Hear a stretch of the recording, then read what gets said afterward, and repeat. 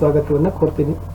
ಇವತ್ತು ನಾನು 10ನೇ ತರಗತಿಯ ಸಮಾಜ ವಿಜ್ಞಾನ ವಿಷಯದ ಭಾಗ 2ರ ಪಠ್ಯಪುಸ್ತಕದಲ್ಲಿ ಇತಿಹಾಸದಲ್ಲಿ 8ನೇಯ ಪಾಠ ಗಾಂಧಿ ಯುಗ ಮತ್ತು ರಾಷ್ಟ್ರೀಯ ಹೋರಾಟ ಅಂತಕ್ಕಂಥ ಪಾಠದ ಪ್ರಶ್ನೋತ್ತರಗಳನ್ನು ತಂದಿದ್ದೀನಿ. ಇದಕ್ಕಿಂತ ಮುಂಚೆ 7ನೇಯ ಪಾಠ ಸ್ವಾತಂತ್ರ್ಯ ಹೋರಾಟ ಪಾಠದ ಪ್ರಶ್ನೋತ್ತರಗಳನ್ನು ಹಾಕಿದ್ದೀನಿ. ತಾವು ನೋಡದೇ ಇದ್ರೆ ಮೇಲೆ ಐ ಬಟನ್ನಲ್ಲಿ ಆ ಒಂದು ಪಾಠದ ವಿಡಿಯೋ ಸಜೆಸ್ಟ್ ಆಗ್ತಾ ಇದೆ, ಅದನ್ನು ಒತ್ತಿ 7ನೇಯ ಪಾಠ ಸ್ವಾತಂತ್ರ್ಯ ಹೋರಾಟ ಪಾಠದ ಪ್ರಶ್ನೋತ್ತರಗಳನ್ನು ನೋಡಬಹುದು. ಇದು ಗಾಂಧಿ ಯುಗ ಮತ್ತು ರಾಷ್ಟ್ರೀಯ ಹೋರಾಟ ಪಾಠದ ಪ್ರಶ್ನೋತ್ತರಗಳ ವಿಡಿಯೋ. ನಾವು ಹೊಸಬರಾಗಿದ್ದರೆ ದಯಮಾಡಿ ಸಬ್ಸ್ಕ್ರೈಬ್ ಮಾಡಿ, ಜೊತೆಗೆ ಬೆಲ್ ಐಕಾನ್ ಒತ್ತೋದ್ರಿಂದ ಮುಂಬರ್ತಕ್ಕಂಥ ಎಲ್ಲ ವಿಡಿಯೋಗಳ ನೋಟಿಫಿಕೇಶನ್ ತಾವುಗಳು ಪಡಿತೀರಿ. ಅಭ್ಯಾಸಗಳು. ಮುಖ್ಯ ಪ್ರಶ್ನೆ 1, ಕೆಳಗಿನ ವಾಕ್ಯಗಳಲ್ಲಿ ಖಾಲಿ ಬಿಟ್ಟಿರ್ತಕ್ಕಂಥ ಸ್ಥಳಗಳನ್ನು ಸೂಕ್ತ ಉತ್ತರಗಳಿಂದ ಭರ್ತಿಯನ್ನು ಮಾಡಬೇಕು. ಪ್ರಶ್ನೆ 1, ಗಾಂಧೀಜಿಯವರು ಡ್ಯಾಶ್ ರಲ್ಲಿ ಜನಿಸಿದರು. ಸೊ ಗಾಂಧೀಜಿಯವರು 1869ರಲ್ಲಿ ಏನು ಮಾಡ್ತಾರಪ್ಪ ಅಂದರೆ ಜನಿಸ್ತಾರೆ. ಅದೇ ತರನಾಗಿ ಪ್ರಶ್ನೆ 2 ಇತ್ತು, ಜಲಿಯನ್ ವಾಲಾಬಾಗ್ ಹತ್ಯಾಕಾಂಡವು ಡ್ಯಾಶ್ ಕಾಯ್ದೆಗೆ ವಿರುದ್ಧ ನಡೆದ ಹೋರಾಟದ ಪರಿಣಾಮವಾಗಿದೆ. ಅದು ರೌಲತ್ ಕಾಯ್ದೆ ವಿರುದ್ಧ ನಡೆದಿರತಕ್ಕಂಥ ಒಂದು ಹೋರಾಟದ ಪರಿಣಾಮವೇ ಜಲಿಯನ್ ವಾಲಾಬಾಗ್ ಹತ್ಯಾಕಾಂಡ ಅಂತ ಹೇಳ್ತಾರೆ. ಪ್ರಶ್ನೆ 3, ಅಲಿ ಸಹೋದರರು ನಡೆಸಿದ ಚಳುವಳಿ ಡ್ಯಾಶ್. ಸೊ ಖಿಲಾಫತ್ ಚಳುವಳಿ ಅಲಿ ಸಹೋದರರಿಬ್ಬರು ಕೂಡ ಏನು ಮಾಡ್ತಾರಪ್ಪ ಅಂದರೆ ನಡೆಸ್ತಾರೆ. ಪ್ರಶ್ನೆ 4, ಮುಸ್ಲಿಮರಿಗಾಗಿ ಪ್ರತ್ಯೇಕ ರಾಷ್ಟ್ರದ ಬೇಡಿಕೆಯನ್ನು ಡ್ಯಾಶ್ ರವರು ಮಂಡಿಸಿದರು. ಮೊಹಮ್ಮದ್ ಅಲಿ ಜಿನ್ನಾ ಅವರು ಮುಸ್ಲಿಮರಿಗಾಗಿ ಪ್ರತ್ಯೇಕ ರಾಷ್ಟ್ರದ ಬೇಡಿಕೆಯನ್ನು ಮೊದಲಿಗೆ ಪ್ರಸ್ತಾಪವನ್ನು ಮಾಡ್ತಾರೆ. ಪ್ರಶ್ನೆ 5, 1929ರಲ್ಲಿ ಲಾಹೋರ್ನಲ್ಲಿ ನಡೆದ ಭಾರತೀಯ ರಾಷ್ಟ್ರೀಯ ಕಾಂಗ್ರೆಸ್ನ ಅಧ್ಯಕ್ಷರಾಗಿದ್ದವರು ಡ್ಯಾಶ್. ಸೊ ಯಾರಾಗಿದ್ರಪ್ಪ ಅಂದರೆ ಜವಾಹರ್ಲಾಲ್ ನೆಹರು ಅವರು 1929ರ ಲಾಹೋರ್ ರಾಷ್ಟ್ರೀಯ ಕಾಂಗ್ರೆಸ್ನ ಅಧಿವೇಶನದ ಅಧ್ಯಕ್ಷರು ಆಗಿದ್ದರು. ಪ್ರಶ್ನೆ 6, ಮಹದ್ ಮತ್ತು ಕಾಲಾರಾಮ್ ದೇವಾಲಯಗಳನ್ನು ಈ ಚಳವಳಿಯನ್ನು ರೂಪಿಸಿದವರು ಯಾರು? ಮಹದ್ ಮತ್ತು ಕಾಲಾರಾಮ್ ದೇವಾಲಯ ಚಳವಳಿ ಅವರೇ ಡಾಕ್ಟರ್ BR ಅಂಬೇಡ್ಕರ್. ಪ್ರಶ್ನೆ 7, ಭಾರತೀಯ ರಾಷ್ಟ್ರೀಯ ಸೇನೆಯ ಝಾನ್ಸಿ ರೆಜಿಮೆಂಟ್ನ ನೇತೃತ್ವವನ್ನು ಡ್ಯಾಶ್ ರವರು ವಹಿಸಿದ್ದರು. ಸೊ ಕ್ಯಾಪ್ಟನ್ ಲಕ್ಷ್ಮೀ ಸೆಹಗಲ್ ಅವರು ಏನು ಮಾಡಿದ್ರಪ್ಪ ಅಂದ್ರೆ ಭಾರತೀಯ ರಾಷ್ಟ್ರೀಯ ಸೇನೆಯ ಝಾನ್ಸಿ ರೆಜಿಮೆಂಟ್ನ ನೇತೃತ್ವವನ್ನು ವಹಿಸಿಕೊಂಡಿದ್ರು.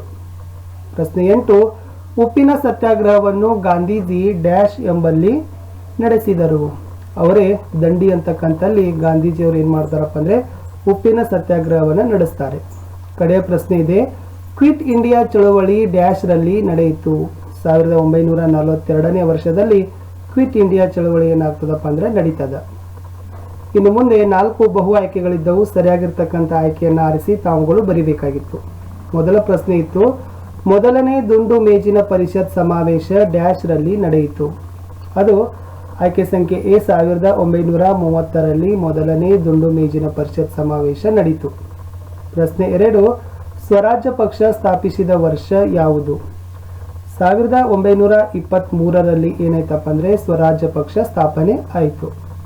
ಪ್ರಶ್ನೆ 3, ಭಾರತೀಯ ರಾಷ್ಟ್ರೀಯ ಕಾಂಗ್ರೆಸ್ನ ಹರಿಪುರ ಅಧಿವೇಶನದ ಅಧ್ಯಕ್ಷರಾಗಿದ್ದವರು ಡ್ಯಾಶ್. ಸೊ ಆಯ್ಕೆ ಸಂಖ್ಯೆ ಡಿ, ಸುಭಾಷ್ ಚಂದ್ರ ಬೋಸ್ ಅವರು ಏನಾಗಿದ್ರಪ್ಪ ಅಂದ್ರೆ ಭಾರತೀಯ ರಾಷ್ಟ್ರೀಯ ಕಾಂಗ್ರೆಸ್ ಹರಿಪುರ ಅಧಿವೇಶನದ ಅಧ್ಯಕ್ಷರು ವಹಿಸಿಕೊಂಡಿದ್ರು. ಪ್ರಶ್ನೆ 4, ಭಾರತದ ಉಕ್ಕಿನ ಮನುಷ್ಯ ಎಂದು ಖ್ಯಾತರಾಗಿದ್ದವರು ಅವರೇ ಆಪ್ಷನ್ ಡಿ, ಸರ್ದಾರ್ ವಲ್ಲಭಭಾಯಿ ಪಟೇಲ್ ಅವರು. ಇನ್ನು ಮುಖ್ಯ ಪ್ರಶ್ನೆ 3ಕ್ಕೆ ಹೋಗೋಣ. ಆ ಮುಖ್ಯ ಪ್ರಶ್ನೆ 3ರಲ್ಲಿ ಏನಿದೆಪ್ಪ ಅಂದರೆ ಕೆಳಗಿನ ಪ್ರಶ್ನೆಗಳನ್ನು ತಾವುಗಳು ಗುಂಪುಗಳಲ್ಲಿ ಚರ್ಚೆಯನ್ನು ಮಾಡಿ ಉತ್ತರಗಳನ್ನು ಕೊಂಡುಕೊಳ್ಳಲಿಕ್ಕೆ ಪ್ರಯತ್ನವನ್ನು ಮಾಡಬೇಕು. ಅದರಲ್ಲಿ ಮೊದಲ ಪ್ರಶ್ನೆ ಇತ್ತೇನಪ್ಪ ಅಂತಂದರೆ ಮಹಾತ್ಮ ಗಾಂಧೀಜಿಯವರ ಅಂತಃಸತ್ವದ ಸಾಧನಗಳು ಯಾವುವು?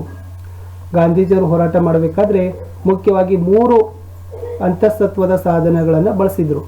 ಅದರಲ್ಲಿ ಒಂದನೇದು ಸತ್ಯಾಗ್ರಹ ಅಂತ ಕರೀತಾರೆ. ಇದು ಗಾಂಧೀಜಿಯವರ ಹೋರಾಟದ ಬಹುಮುಖ್ಯವಾಗಿರ್ತಕ್ಕಂಥ ವಿಧಾನ. ಸತ್ಯವನ್ನು ಆಗ್ರಹಿಸುವುದು ಅಥವಾ ಒತ್ತಾಯಿಸುವುದೇ ಸತ್ಯಾಗ್ರಹ ಅಂತ ಹೇಳ್ತಾರೆ. ಆಯ್ಕೆ ಅದರಲ್ಲಿರ್ತಕ್ಕಂಥ 2ನೇ ಅಂಶ ಏನಪ್ಪ ಅಂದ್ರೆ ಅಹಿಂಸೆ. ಅಂದ್ರೆ ಪೂರ್ಣವಾಗಿರ್ತಕ್ಕಂಥದ್ದು ಸಶಸ್ತ್ರ ಬಲಪ್ರಯೋಗದ ವಿರುದ್ಧ ಅಹಿಂಸೆ ಮತ್ತು ಸತ್ಯಾಗ್ರಹದ ಮೂಲಕನೇ ಅವ್ರು ಏನು ಮಾಡಬೇಕು, ಬ್ರಿಟಿಷರ ಮುಖಾಮುಖಿ ಹೊಂದಬೇಕಂತಕ್ಕಂಥ ಆಸೆ ಗಾಂಧೀಜಿಯವ್ರದ್ದು ಆಗಿತ್ತು. 3ನೇದಿರ್ತಕ್ಕಂಥದ್ದು ಏನಪ್ಪ ಅಂತಂದರೆ ಹಿಂದೂ ಮುಸ್ಲಿಂ ಏಕತೆ ಅಂತ ಹೇಳ್ತಾರೆ. ಇಲ್ಲಿ ಹಿಂದೂ ಮುಸ್ಲಿಂ ಏಕತೆಯಲ್ಲಿ ಏನದಪ್ಪ ಅಂತಂದರೆ ಸ್ವಾತಂತ್ರ್ಯದ ಹೋರಾಟದಲ್ಲಿ ಹಿಂದೂ ಮತ್ತು ಮುಸ್ಲಿಮರು ಸಮನಾಗಿ ಕೂಡಿಕೊಂಡು ಹೋರಾಟ ಮಾಡಿದ್ದೇ ಆದರೆ ಜಯ ಸಿಗತ್ತೆ ಅಂತಕ್ಕಂಥದ್ದು ಗಾಂಧೀಜಿಯವರ ಹೋರಾಟದ ಒಂದು ಸಾಧನ ಆಗಿತ್ತು. ಪ್ರಶ್ನೆ 2ಕ್ಕೆ ಬರೋಣ. ಅಸಹಕಾರ ಚಳವಳಿಯ ಕಾರ್ಯಕ್ರಮಗಳನ್ನು ಪಟ್ಟಿ ಮಾಡ್ರಿ. ಇಲ್ಲಿ ಅಸಹಕಾರ ಚಳವಳಿಯ ಮುಖ್ಯವಾಗಿರ್ತಕ್ಕಂಥ 6 ಕಾರ್ಯಕ್ರಮಗಳು ಇದಾವೆ. ಒಂದನೇದು ನಮ್ಮ ಭಾರತದಲ್ಲಿರ್ತಕ್ಕಂಥ ಶಾಲಾ ಕಾಲೇಜು ಮತ್ತು ನ್ಯಾಯಾಲಯಗಳನ್ನು ನಡೆಸದಿರ್ತಕ್ಕೆ ಬಹಿಷ್ಕಾರವನ್ನು ಮಾಡೋದು. ಎರಡನೇದು 1919ರಲ್ಲಿ ಒಂದು ಕಾಯ್ದೆ ಬಂತು. ಆ ಕಾಯ್ದೆಯ ಪ್ರಕಾರ ಪ್ರಾಂತೀಯ ಶಾಸನ ಸಭೆಗಳಿಗೆ ನಡೀತಕ್ಕಂಥ ಚುನಾವಣೆಯನ್ನು ಬಹಿಷ್ಕಾರ ಹಾಕೋದು. ಮೂರನೇದು ಈ ಬ್ರಿಟಿಷರಿಗೂ ನೀಡಿರ್ತಕ್ಕಂಥ ಗೌರವಗಳಾಗಿರ್ಬೋದು, ಪದವಿಗಳು ಮತ್ತು ಸ್ಥಾನಗಳನ್ನು ವಾಪಸ್ ಮಾಡ್ತಕ್ಕಂಥದ್ದು.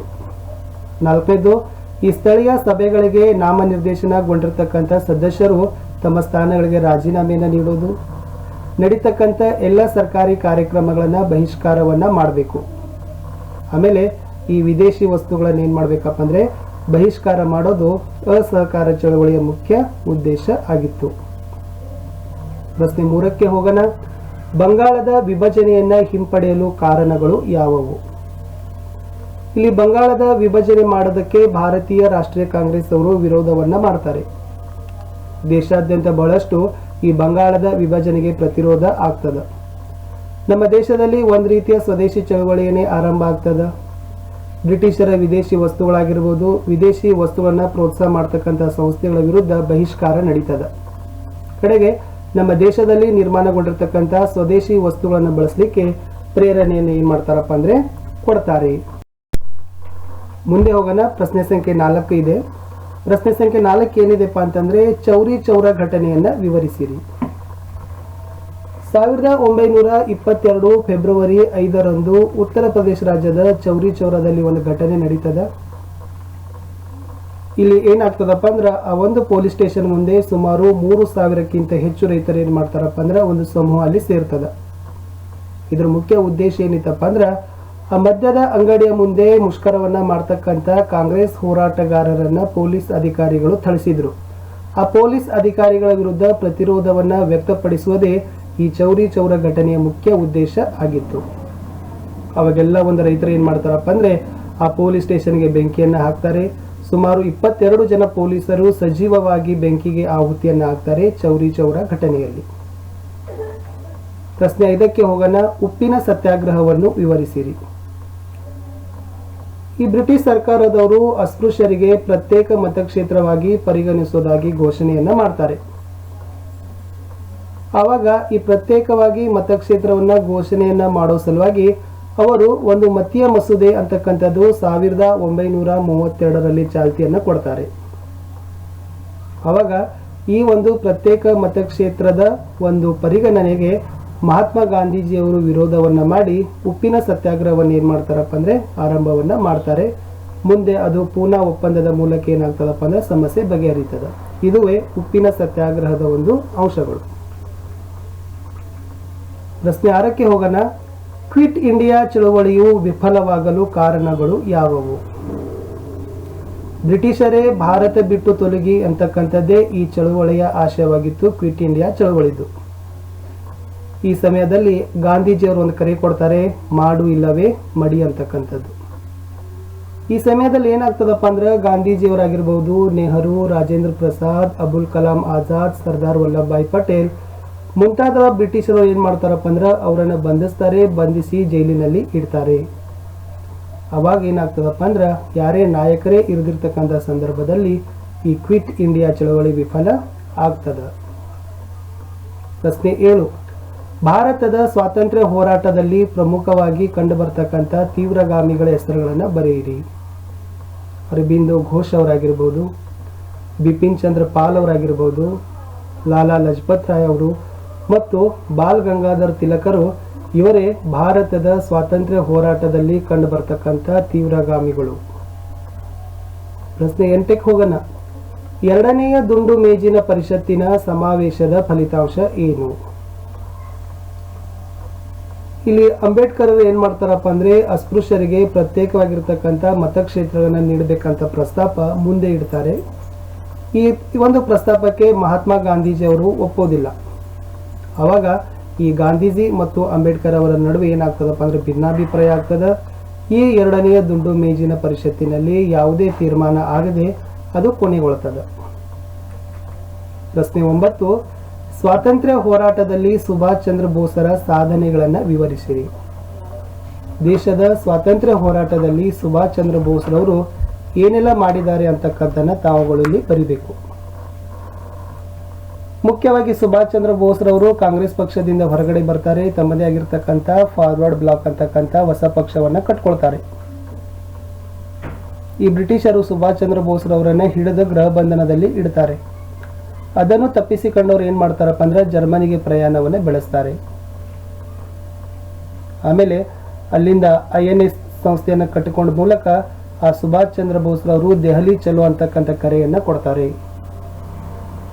ಅವರು ಒಂದು ಕರೆ ಕೊಟ್ಟರು, ನನಗೆ ರಕ್ತ ಕೊಡಿ, ನಾನು ನಿಮಗೆ ಸ್ವಾತಂತ್ರ್ಯ ನೀಡಲು ಪ್ರಮಾಣೀಕರಿಸುತ್ತೇನೆ ಅಂತಕ್ಕಂಥದ್ದು. ಆಮೇಲೆ ಬ್ರಿಟಿಷರ ಕೈಯಲ್ಲಿರ್ತಕ್ಕಂಥ ದೆಹಲಿಯನ್ನ ವಶಪಡಿಸಿಕೊಳ್ಳಲಿಕ್ಕೆ ಕೆಲವು ತಂತ್ರಗಳನ್ನ ರೂಪಿಸ್ತಾರೆ ಸುಭಾಷ್ ಚಂದ್ರ ಬೋಸ್ರವರು.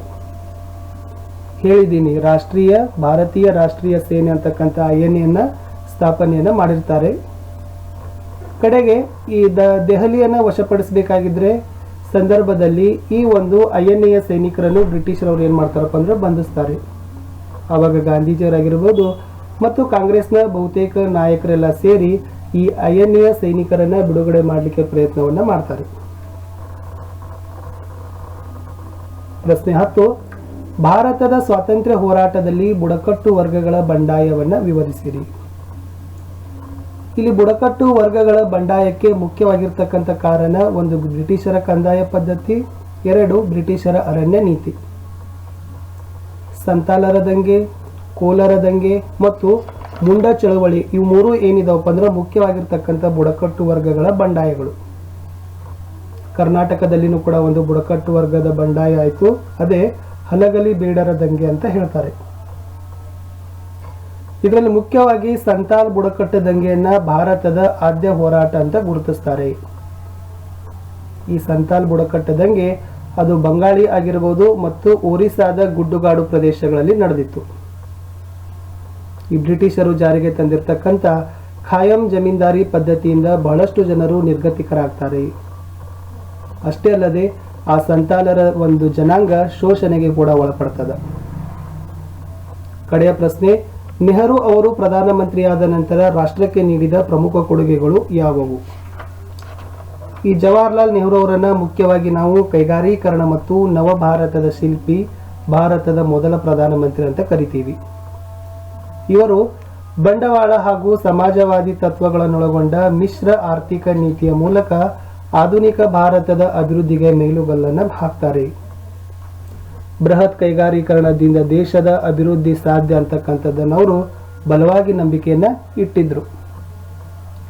ಸ್ವಾತಂತ್ರ್ಯದ ನಂತರ ಪಂಚವಾರ್ಷಿಕ ಯೋಜನೆಗಳ ಮೂಲಕ ದೇಶದ ಅಭಿವೃದ್ಧಿಯ ಕನಸನ್ನು ಕಂಡುತ್ತಾರೆ.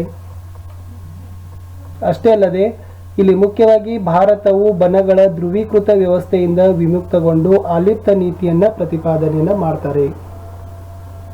ಈ ಪಂಚಶೀಲ ತತ್ವಗಳ ಆಧಾರದ ಮೇಲೆ ರಾಜಕಾರಣದಿಂದ ದೂರವೇ ಅವ್ರು ಏನ್ ಮಾಡ್ತಾರಪ್ಪ ಅಂದ್ರೆ ಉಳಿತಾರೆ.